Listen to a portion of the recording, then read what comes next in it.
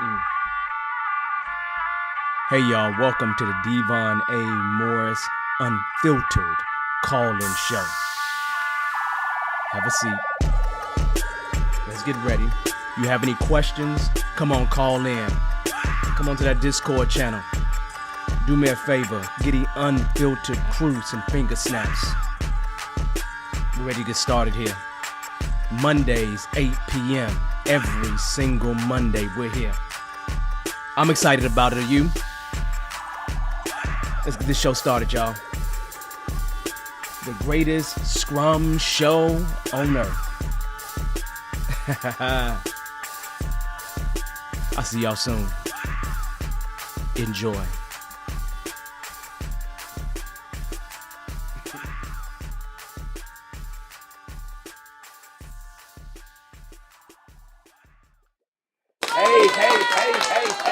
Hey, everybody. How you doing? My name is Devon Morris. I am your guide on this journey. If you don't know anything about me, I'm a certified Scrum trainer. I've been around the game since like 2005. Own a little company called Bearded Eagle. I'm here to give you tips, right? So let's talk about this show. This is the Unfiltered Call-In Show where we talk about Scrum, Agile, entrepreneurship, all those wonderful and great things. Well, I answer your questions, but a little bit later on the show. So how it all works, we'll start off with a little bit of intro, and then what we'll do is we'll talk about a topic. And this is my Mastering Scrum series, where the first one is really about that beginner's guide to landing your first job, that first Scrum job, right? And it applies to, it really applies to product owner, Scrum Master, just a Scrum job in general, Agile coach. It applies to all those things. You just got to know what the heck you want to do, right? If you know what the heck you want to do, then I believe that today is going to be extremely helpful for you, right? So come on in, get your drink of pleasure and come and have some fun with us, right? And so we go through this intro, then about 5 minutes after, we'll go into that particular topic.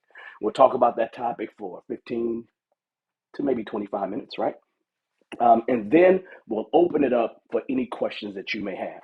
Now, sometimes y'all have a lot of questions, and sometimes y'all have none, right? So we will stay on as long as you have questions. If you don't have any questions, I'll go find something else to do. You don't love me, you don't care about me. It is what it is. It is what it is, right? But that's okay. I'm not going to be upset at you. I'm not going to be upset at you at all. So just make sure you come on in. Like I said, get your favorite drink, come in, and let's enjoy ourselves together. What's happening this week in terms of me? Not a whole lot. The biggest thing I'll tell you to do is make sure you subscribe to the channel, right? We're going to start doing things to start growing the channel this year. So make sure you subscribe to the channel, let your friends know, let other Agile people know what's going on over here. Because I think we got an excellent little community that's happening here. So just come on in and join us and just sit back and have some fun. Other than that, I don't have any classes this week. I really don't have anything major this week but school, right? This is like the last 2 weeks of school. If you don't know, I'm in a PhD program, right? And so I'm just hitting little things. And so last 2 weeks, got a few things to do, got some big papers to write. But other than that, I'm actually preparing to go do a little genealogy trip. For those that don't know, I do genealogy as well, right? I've been doing genealogy since I was like 8, so it's been over 40 years that I've been doing genealogy. And I need to go down to a particular state and do a little bit of research. And so I'm going to do that this week and just stop by, visit some of the places where my ancestors were slaves, do some things like that. So just kind of going to be running around a little bit. And then that's really it ain't really nothing else really major going on. Just really starting that year powerfully is what I'm doing, right? Just getting all kinds of things lined up and ready to go. Last year I started the year with a client, right? So I was on site.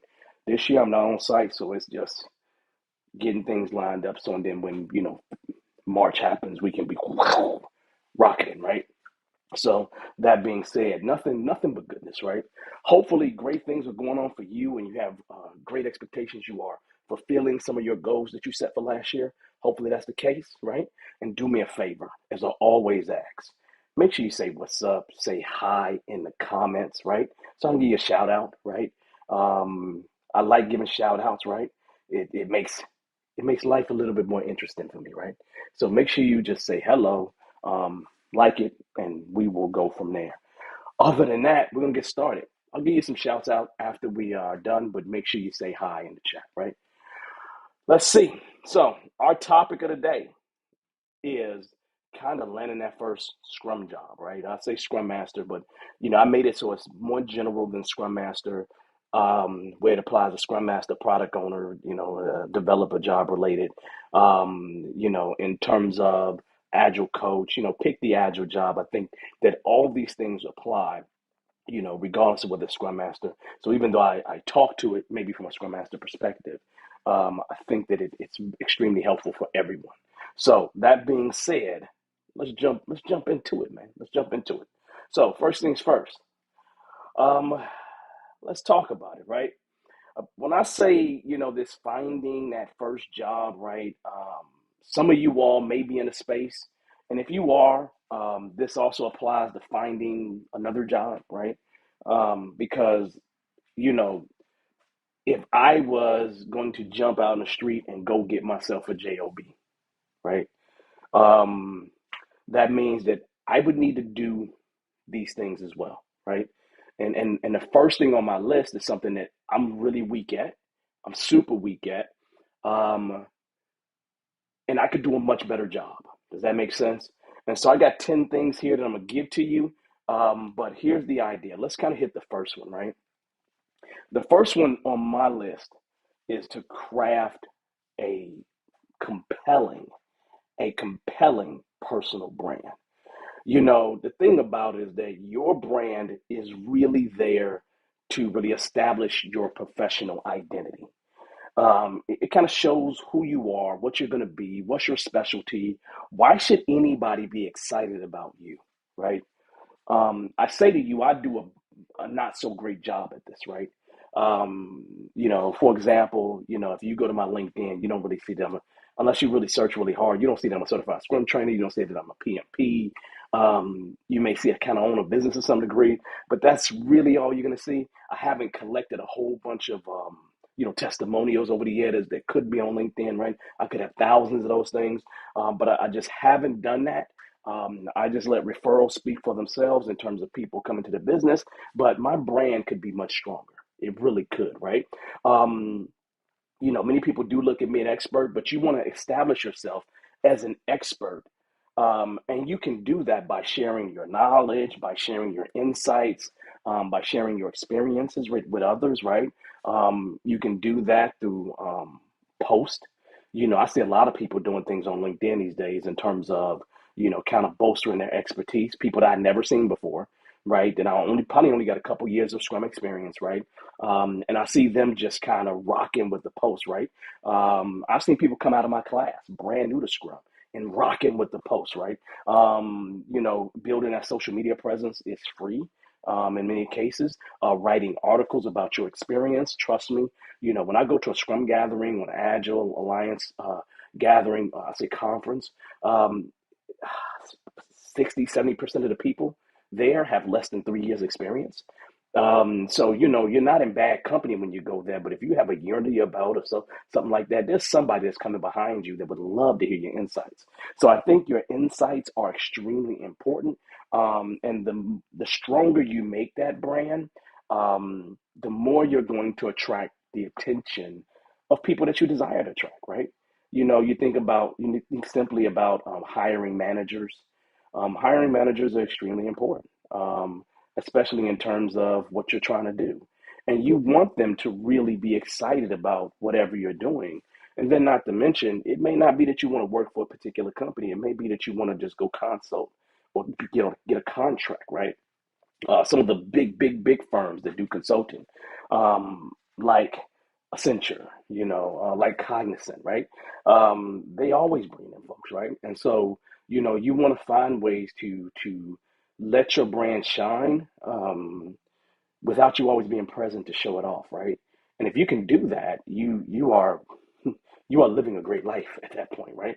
You're putting yourself in a position where people see you as a particular type of person, and that right there, it means a lot. It truly means a lot, right? I built my brand early on as a person that knew how to deliver, right? Um, and that is what helped me go from organization to organization because other coaches would go in and they would refer me or recommend me to come in as well. And then they call me Devon, go to the interview, listen, right? And I'm just like, I like where I'm at. I don't want to do nothing, right? And it's just like, okay. But I built my brand based off of delivery, right? And so for me, I have a bunch of delivery stories, right? But it would be great if I translated that online. If I went ahead and took my own personal brand and just shifted it so it would just reflect all the things that I've done, right? But that's something that you should do, right? A question for you all, and just kind of throw this in the comments, right? How many of you all got your brand where it needs to be? And if it's not where it needs to be, just kind of mention how much work you need to do on it, right? How much work you need to do on it, right? Drop that in the comments, right? Because you may be like me, where it could use some work, some real serious work, right? And I know mine can use some serious work. So I'm assuming that there's somebody in the audience that's just like me, where their brand can actually use some real serious work, right? Um, and I always say, don't get ready, be ready. And this is one of those things that's about being ready, right? This is literally one of those things that's about being ready. So, I have to say that to you, right? And so if there's anything you can do, right? If you want to pass me by, one of the easiest ways to pass me by is to craft your own personal brand, to really spend some time doing that, right? And I think if you do that, you can easily pass me by in many, many ways, right? Um, but now, since I said that, I feel like now I got to start fighting you guys. No, I'm just talking crazy, right? But the idea is, seriously, right? Take some time, craft that compelling personal brand. I think it will be extremely helpful for you if you just go ahead and you take the time to actually do it, right? The next thing that I'm going to tell you is, always I'm going to say something related to learning, right? Make sure that you expand your agile skill set, right? I was having a conversation in class.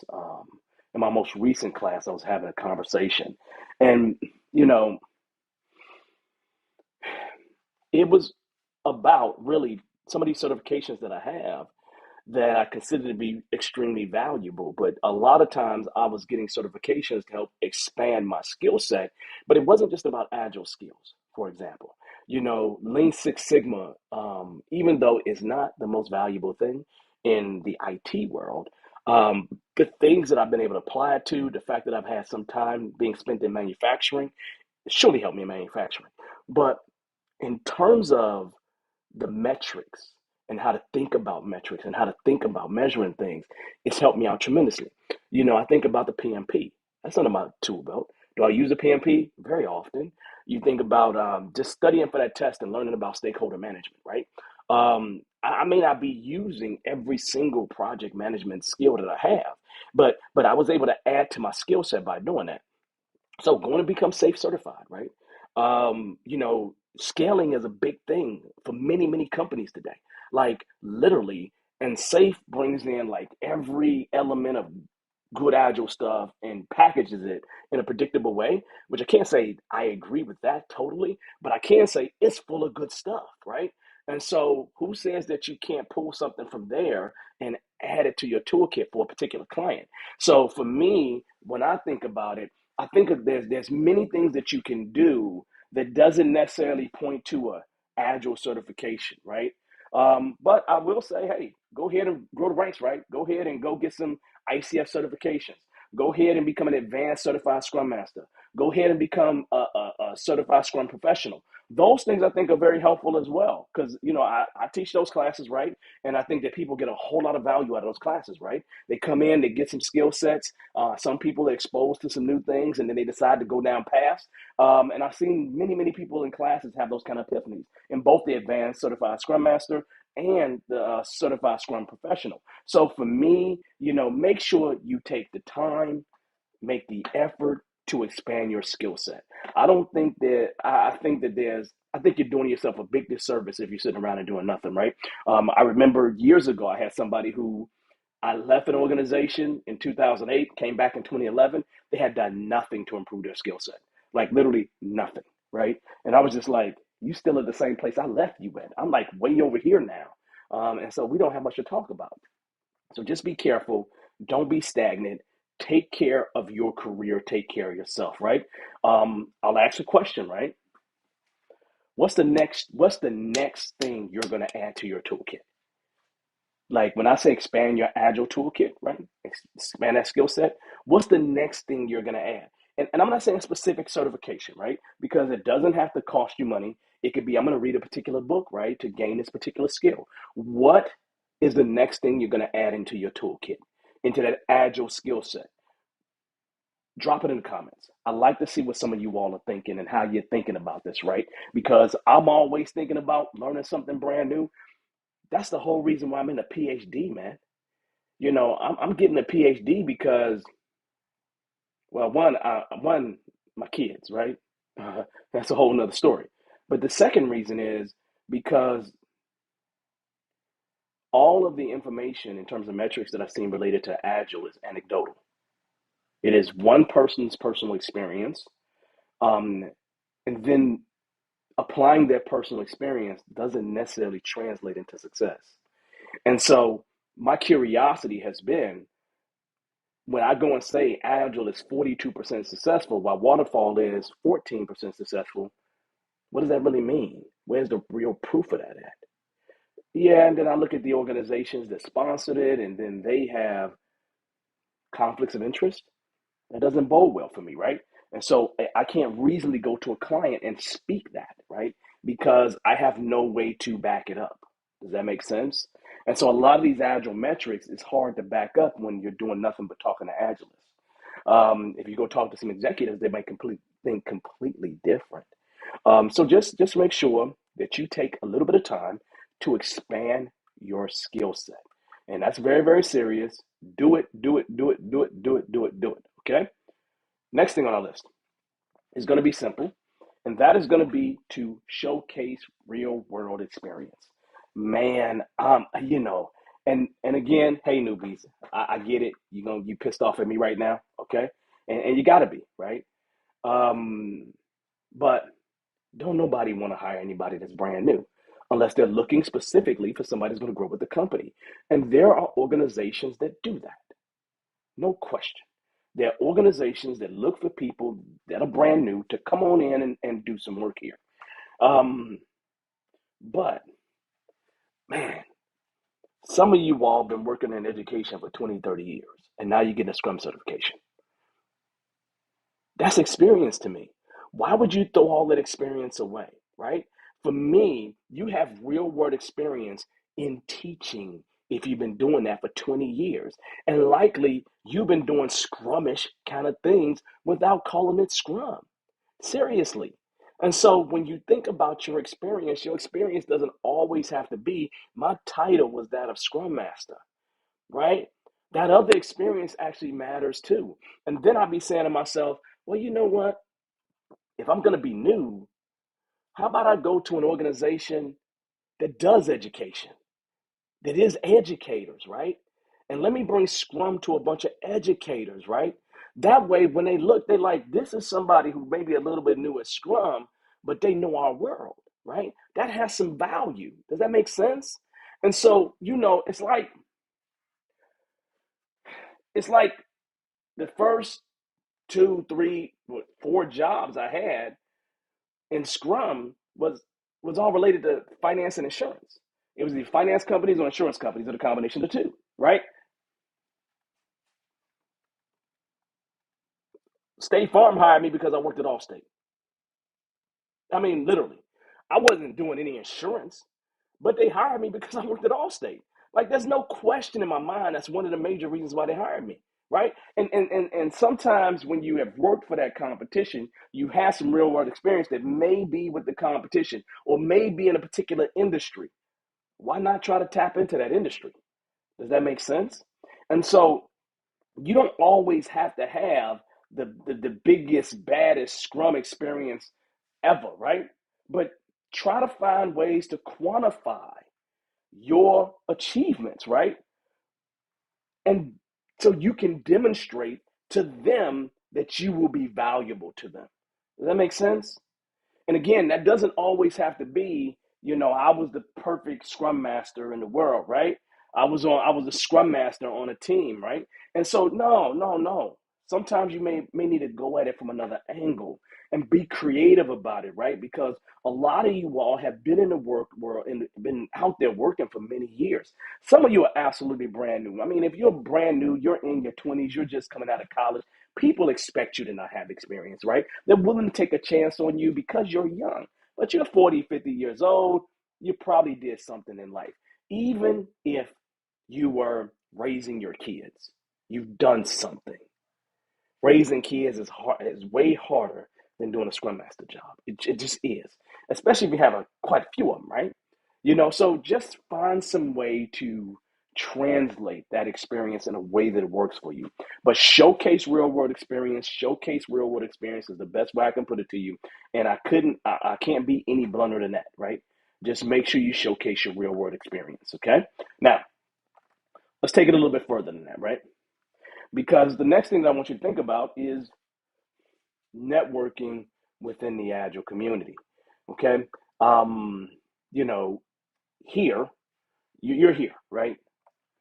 To me, you see some people out there chatting, they throw out some comments, right? I look here on the list, I see Angela says something, Patrick always says something, D always says something. I see Cynthia here, I see Todd over on LinkedIn. I see you all here, right? And you know who speaks the most? The people I just mentioned. The people I just mentioned speak the most, right? My statement to you, be active right here in this community, right? And this is not the only community that exists. There are local communities, right? Like I live in Dallas Fort Worth area, right? I know that DFW Scrum has been around forever and a day in terms of this community. When I was even on a road, maybe 10 years, maybe 7 to 10 years ago, I created an Agile group just so I didn't have to drive all the way up there, right? We ran it for about 2 to 3 years. But the idea is that there are groups that exist. I remember going to Indianapolis. They had a wonderful, great group. In Chicago, great group. In DC, there's a great group. Every city I've ever been to, there's a group, right, that exists, right? Some Agile community. And, I say to you, why aren't you involved in those communities? There's no reason to just not be involved in those communities, right? Even if you are associated with PMI, you can go to a PMI chapter and talk about Agile if you want to, right? So there's ways to get yourself involved in a community, that if you volunteer in, if you show up, they're going to be like, I've seen you before. And they're going to respect that, and they're going to invite you into the circle. Trust me, that's all you need to do. Okay, you do that, you're connecting with people. And I said this before, and I'll say this again. Whenever I've gone to a live in-person Agile community, the one resource that has always shown up anytime I've gone to one of these groups is recruiters, is recruiters, is recruiters, is recruiters, is recruiters, is recruiters. Every single time, right? Maybe I don't know if they stopped going, but every time I show up, it's recruiters. Sometimes these things are being hosted, um, by companies, right? That are deep into this Agile thing, and they'll be saying, we got an Agile job here. Let's bring it to this community first. So just know that these kind of things happen, but you'll never get that opportunity if you don't show up. So my statement is, I'm gonna ask you a question. Tell me or drop in the comments, what is the closest Agile community to you? Like a user group. Even if you say a PMI chapter, drop it in the comments, right? Sometimes people don't believe me when I say that, but there's always one close. Trust me, there's some type of community. And if there's not a community, you can create a community. You start a community with 2, 3, 4, 5 people, and you just be consistent at it, and it will likely grow. As long as you're there helping each other, it's going to be a good situation. Trust, it just will be, right? So if it's me, I definitely would join the Agile community ASAP. All right. Next on our list is going to be leverage online job platforms, right? You know, I went through an exercise of going to John Signal's Brand and Land, right? And in there, I was doing all the stuff with my resume and everything else, and I sent it out to a couple of jobs. All those jobs that I sent it out to was on LinkedIn. Was on LinkedIn, every single one of them, every single one of them, right? I didn't go to anything else but the LinkedIn, right? And when I went to LinkedIn, it was cool, right? And when I went to LinkedIn, it was cool. It was nothing but goodness, right? And so the problem though is when you look at these job platforms, you have to remember something. It is so easy, so very easy to just kind of say, hey, let me just throw my resume out there. No. Back in the day, when there was not these online platforms and you had to print a resume and send it, you had to present it for real, it was okay to have a generic resume. I mean, you tried to tailor it to some degree, but it was hard to tailor it, right?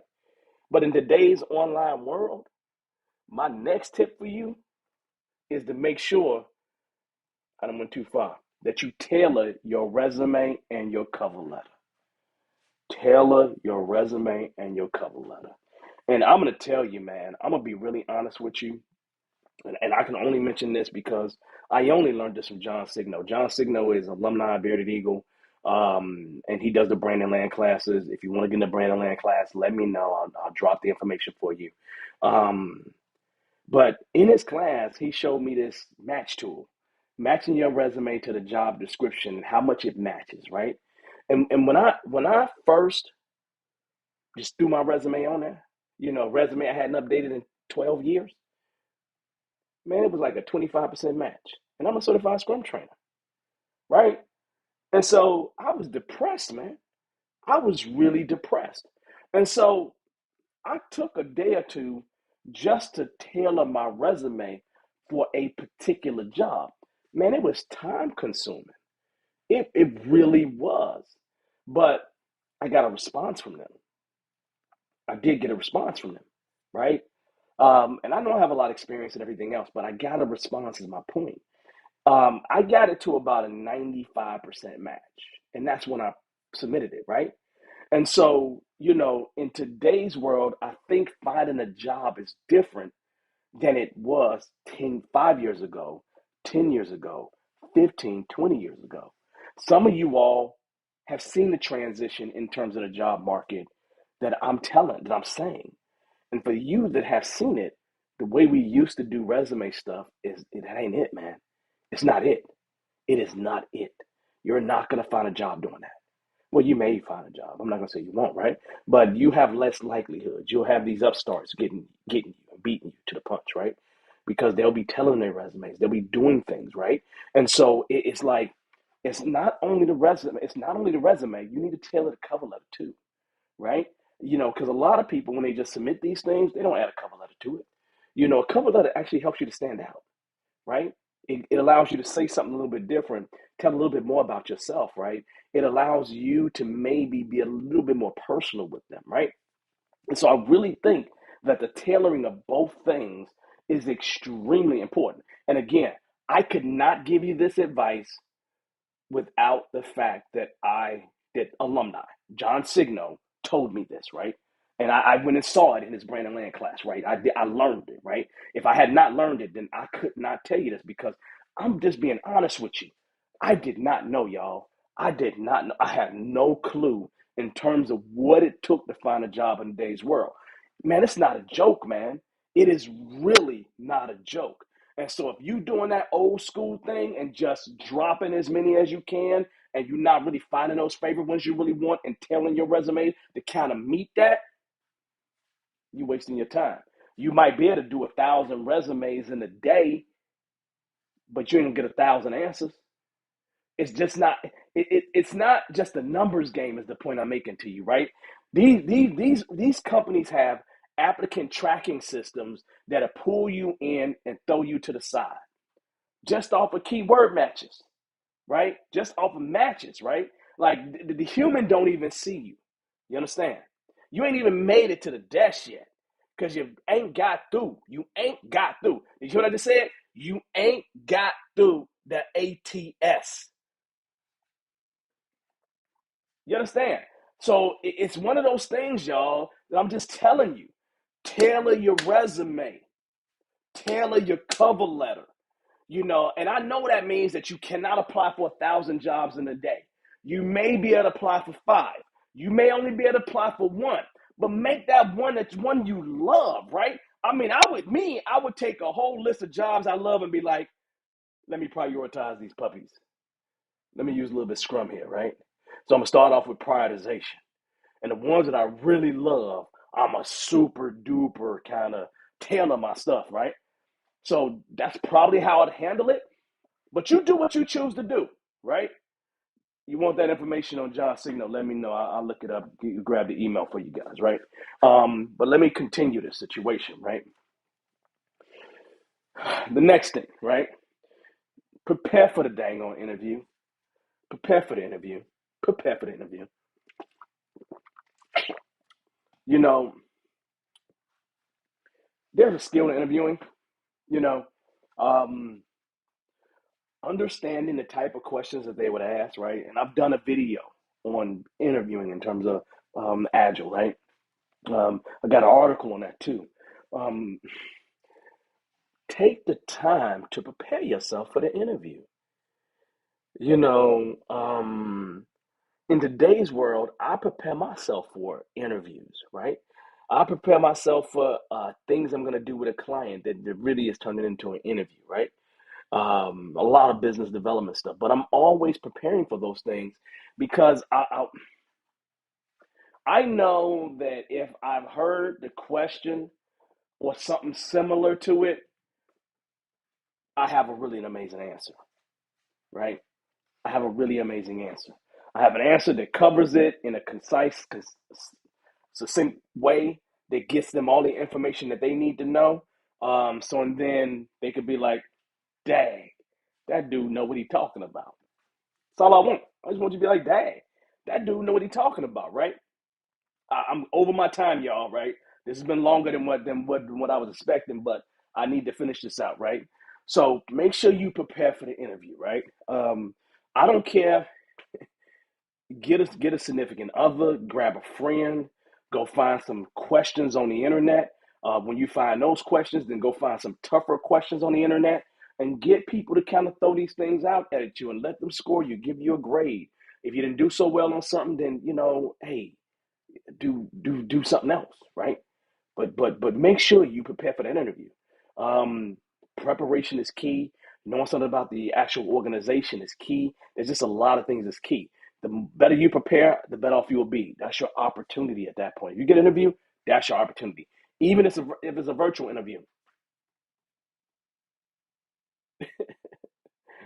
There's some people I've seen in virtual interviews, baby. You talking about a situation in their house?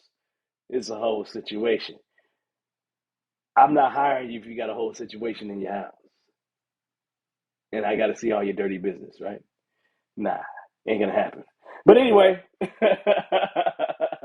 I mean, would you hire somebody if you saw all that dirty business on the camera, like they couldn't take the time to clean up that mess? Like, would you really hire them? Like, for real, they would have to be so super amazing that you'd have to skip over that nonsense. I wouldn't do it. Your first impression is important, right? So, let's say you prepare for interview, you're good to go. Here's another thing that you need to do. Okay, demo soft skills, right? The more you can demo soft skills, the better, right? And when I say demo, I'm saying demonstrate soft skills. Um, it's kind of like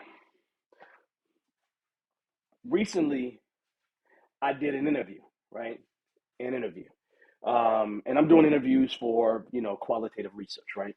And the coaching skills that I have, the facilitation skills that I have, makes my interviews much smoother because there's transitions I add between sentences. There are probing questions that I know how to ask. There are follow-up questions that I know how to ask, and I prepare myself appropriately for them. Right? I know how to keep the conversation going, or ask a little bit more to get them to give me more information. Right?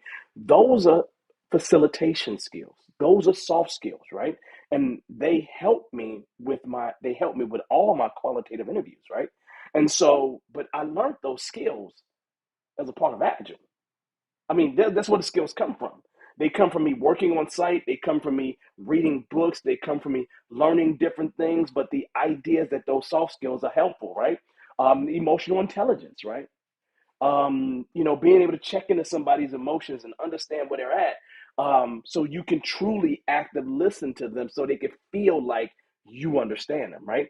There's many, many soft skills, right? There's negotiation skills, conflict management skills. All those things are important, right? Do you have them? And if you don't have them, you're going to get them, right?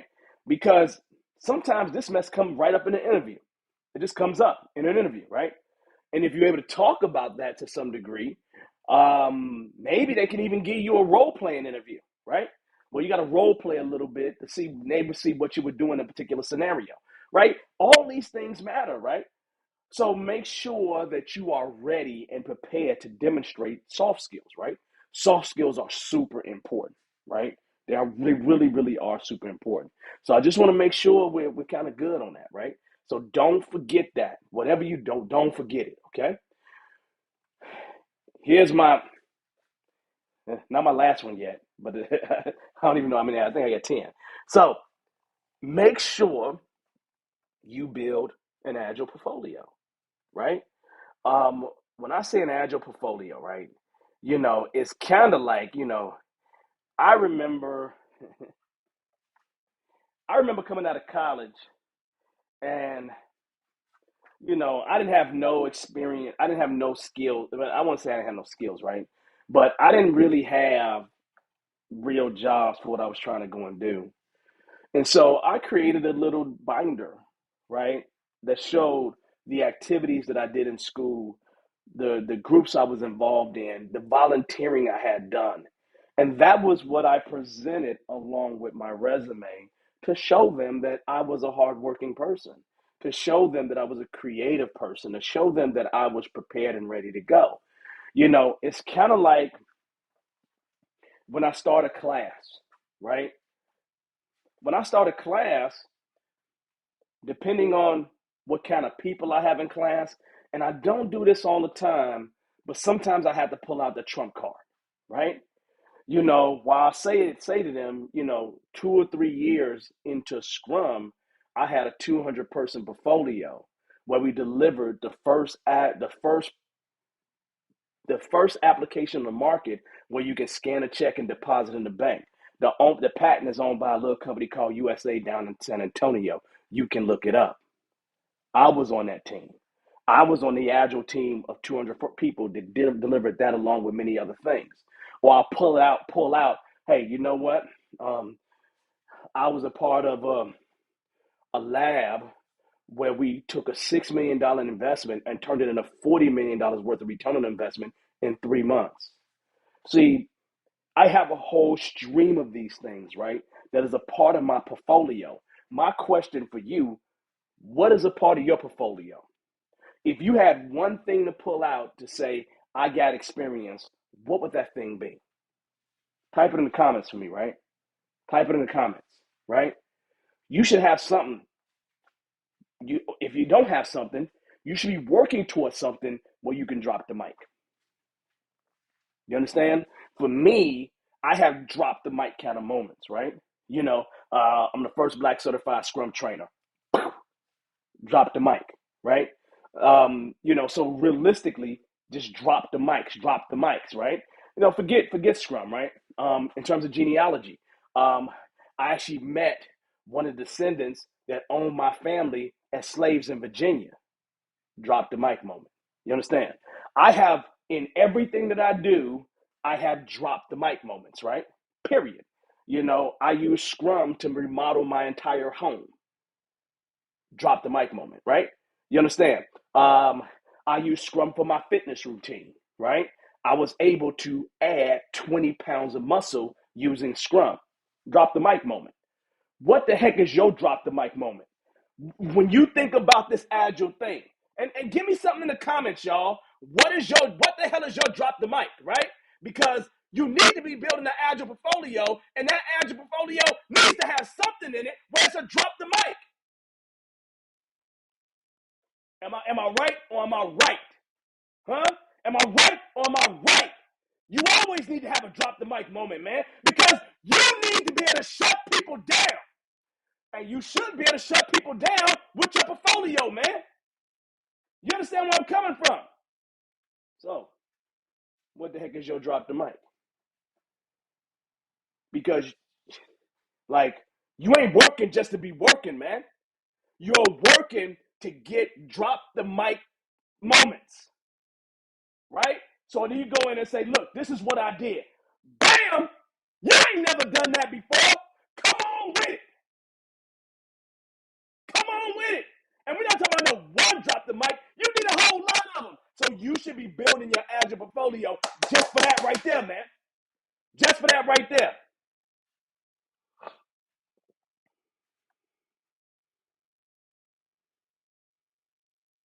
Feel me? You understand what I'm saying? You understand what I'm saying? Just is what it is, right? It's just what it is. You know, and your drop the mic may not be in agile. It could be something else. You know, my drop the mic was when I first started working, right? My drop the mic was this. I had an internship at Walt Disney. Most everybody who I interviewed with either been to Disney or wanted to go to Disney. So when I started dropping that mic, you know what they started saying? Oh, I heard Disney has an underground yada yada yada and yada yada this, and I love the castle, and you know Epcot is my favorite, and da da da da da dee dee dee dee dee, whatever, right? It doesn't matter. When I was a little shorty, I literally had after my freshman year an internship at Walt Disney, and you know what? It was my drop the mic moment for at least 5 to 10 years. As soon as I graduated from college. It was my drop the mic. You understand? One of my daughters has been to 4 of the 7 continents and speaks Arabic. Drop the mic.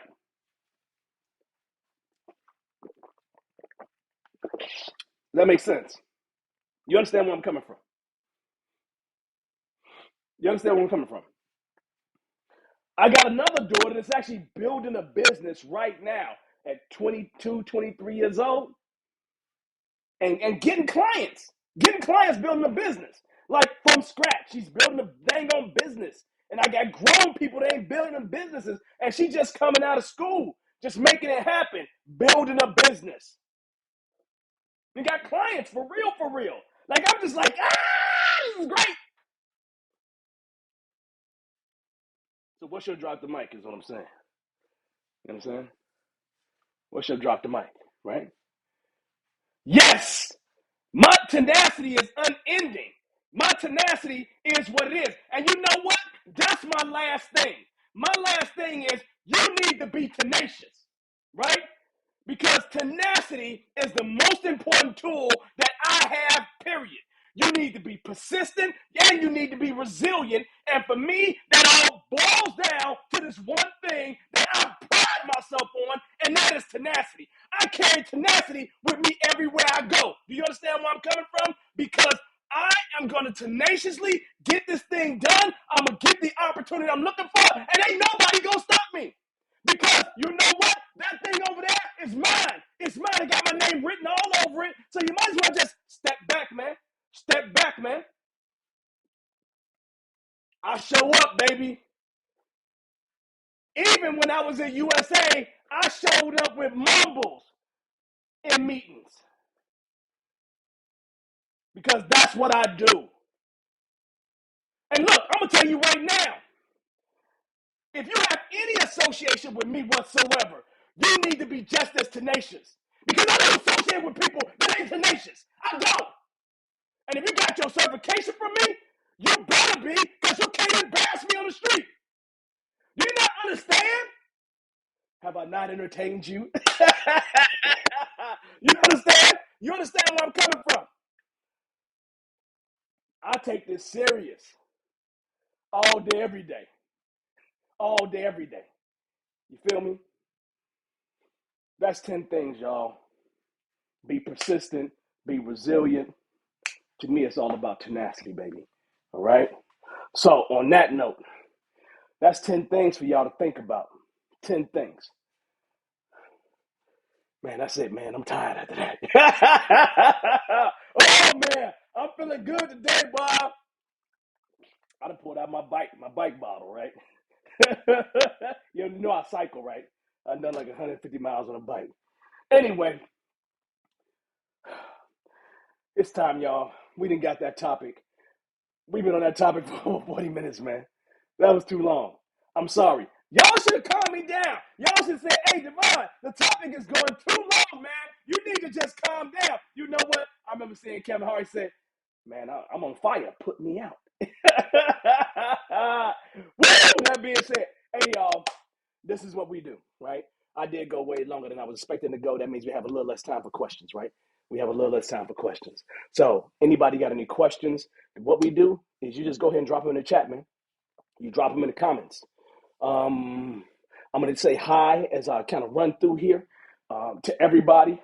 I'm going to first jump out to Todd Thrash, right? Hey, man, how you doing, man? It's been a while. I haven't seen you in a while.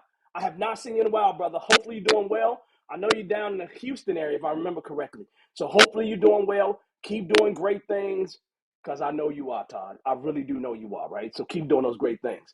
Let's see. I'm going to jump in here. P. Bell, how you doing there? How's things going in Virginia, right? I was just in Virginia.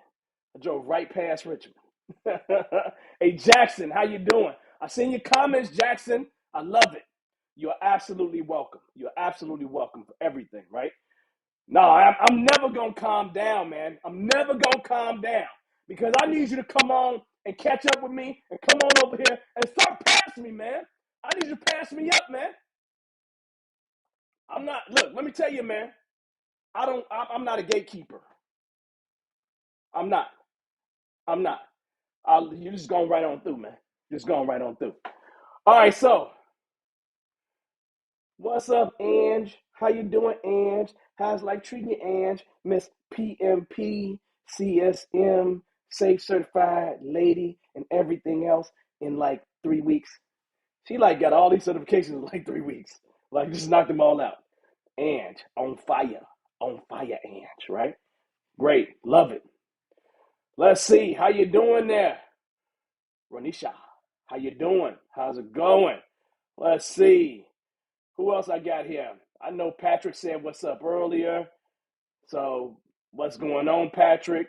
I know that I have not been to that PMI chapter. But I need to do some work with PMI chapters this year for sure. Cynthia, how's it going? How you been? It's been a while, Cynthia. It's been a while, Cynthia. It's been a while, right? Let's see. D. I see D often.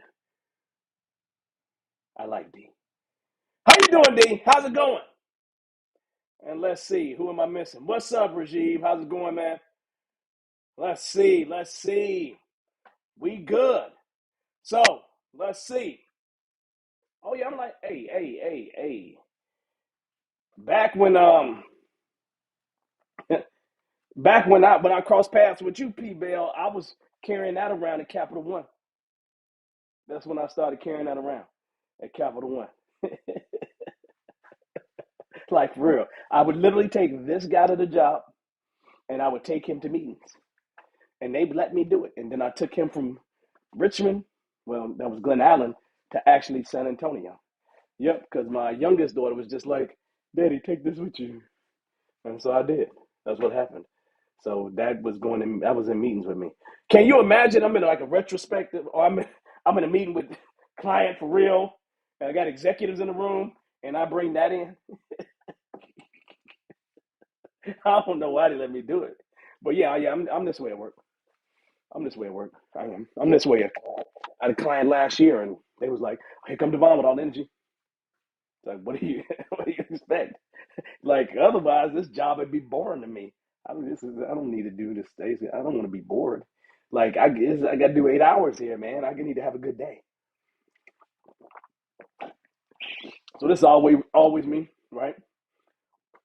Yeah, get that dissertation done. Yeah, get that dissertation done. I'll be following right up after you, right? I'll be following right up after you, right? I'm gonna be working on mine in 2025, sometime then, right? So I'm coming, Ange, right? So PhD McGrone, PhD Morris, we gonna get there, right? So none but goodness, nothing but goodness. Do you use Kanban? Absolutely. I use Kanban all the time.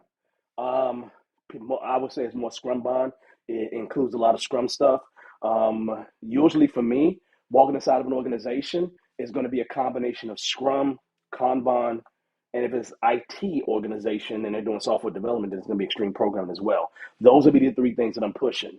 And the Kanban stuff is classically focused on things that don't fit well into a sprint. And I'm not talking about too big for a sprint. I'm not really too small or change too much type things. Like production support would be a good example of where I would use Kanban, right? And so I use Kanban in every single organization, right? And I would say it's more Scrumban than Kanban because Kanban doesn't have any roles. And so I pull roles from Scrum and certain meetings from Scrum to kind of make it all work, right? And so it is it works out very, very well, right? The combination of things, right? And so yes, Kanban is a part of the toolkit. So don't get it twisted. It's always there. Okay, it's always there, no question, right? I always found Kanban to be very valuable. And then on top of that, I know it from the lean world, right? So it's never been a case where it hasn't been valuable for me, right? So just love it. Oh yeah, absolutely. Why not? Why not? Yeah, yeah, absolutely, absolutely, right? There's certain people when they come to class and they come a couple times, and then they do things. They'll do stuff in class. They'll answer questions certain ways, right? And those things I do remember, right? There's a lot of people that come and do nothing, like they just there to get the certification and they off, right? But a lot of people make good impressions on me when they come to class, right? And if you make an impression on me, I'm definitely going to be remembering you. So no question is that. I don't know what you mean by what is that? What is this? This is just a bottle. That's a penguin over there. I don't know. You gotta. I don't know. My cycling bottle for my bike, right? Because I'll be riding my bike for real. My bike is in Chicago right now. So, hey Jay Taylor, how you doing there? How you feeling? How's it going? Let's see. What else do I see here? Hey Kester, man, what's going on with you? How you been? How's life treating you, brother?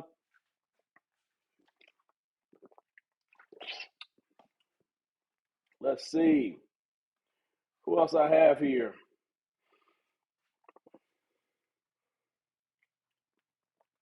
Yeah. Hey, Bearded Eagle gave me my head start. I went from zero Scrum project manager to product manager to agile trainer. Look, I'm gonna say this to you. All we did was help jumpstart your engine because you the engine that made it happen. You really the engine. We just jump started. That's all we did, right? You the one that put in that work. You the one that made it happen. And this is what I'm talking about. These are the kind of things that I like to see right here. That you came in, you got what you needed to get, and you went out and you crushing it. You crushing it, right? Because I want everybody who come through me to make sure they go out and crush it, right? Because I want everybody to earn well. I want everybody to do great things for their family. I want everybody to create legacy, right? You understand? And if you're able to create legacy, if you're able to do great things for your family, if you're able to go from being a Scrum project manager to a product manager to an agile trainer, man, you're doing great. You're doing great. I absolutely love it. And I appreciate you. Thank you. Really do. Really do. Let's see. What is that on the shelf? You mentioned you took the work. Oh, no, I took the penguin to work. This is Mumbles. I took Mumbles to work. Like I literally took this to work. This is Mumbles. Mumbles would go to work with me, right? And we had him in the office and everything else. But Mumbles has been around. Mumbles been around since '07. I had a little at one point I had a little toy business. I had a wooden toy business called Little Leonardo. And we sold those plush toys. I failed at it, right? But I did my best with it, right? So we selling plush toys, Little Leonardo, and we had these kind of things, right? And so, yeah, my daughter took it from the stash and said, "Take this." That used to be hanging out with me all the time. Yep, yep. There you go. Yep. Lizzie loves the CSPO. I mean, that's her thing, right? It really is her thing, right? Like she would let me do all the CSMs if she could, and she'd only do CSPOs, but she loves that CSPO. She really does. She's an amazing trainer. She really is. Let's see. Let's see. Any other thoughts? Yeah. No, yeah, that's the whole penguin. Yeah, and so that penguin, all this stuff, all the stuff has some meaning, right? My comics back there, the strength, the Afro Samurai, right? Omega Sci-Fi, Major Taylor. Even these we used to give out. Todd probably remember this because we used to always get these every single class. Planning poker cards for those that aren't aware, right? So when we used to have the physical classes, we'd always give the planning poker cards out, right? And so there's some people that still actually have them. So yeah. Yeah, so no, that's good. That's good. That's good. Let's see. I am currently in a project coordinator role, and the agile method they plan to use soon is Kanban. So I'm thinking about how can I incorporate Scrum. It's a credit union. Um, think to yourself, you got a product backlog. You can use that. Um, the Scrum Master product on a roll may be a little bit combined. Your developer is going to be doing the work. You probably can incorporate a daily Scrum. I would say make sure you incorporate a retrospective, not every 2 weeks and nothing like that, but do like a monthly retrospective so you have a point where you can have a physical stop to improve. And those are probably the major things you can include from Scrum inside of Kanban. Just know not to include the sprint because Kanban is continuous. It doesn't stop and restart, right? It's continuous flow. So it's just a bit different. And there's resources out there. So just look up some resources. You'll find them. A lot of free resources. Trust me on that. Okay. Yeah. Let's see. I think those are after. Yeah. Well, you did just 2013. Oh yeah, back yeah, that was a long time ago. I only started doing this I started training in 2013 the CSM CSPO, right? That's when I started, right? And so now it wasn't before your time. We wasn't making any money at that point. So these it wasn't before your time. It was after your time because we didn't have no money, and so as we had no money, we couldn't do this. So that was after your time, not before your time. Yeah, we had no money.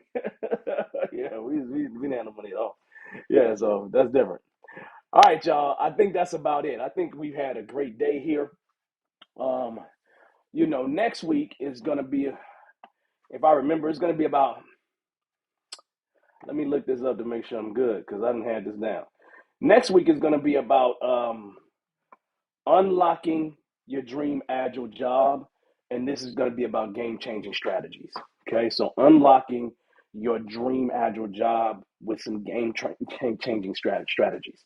So that's what we're going to talk about next week. Other than that, y'all, hey man, I really appreciate your time. Make sure you let other people know about what we're doing here, right? Make sure you like and subscribe as usual. And other than that, I will see you next week.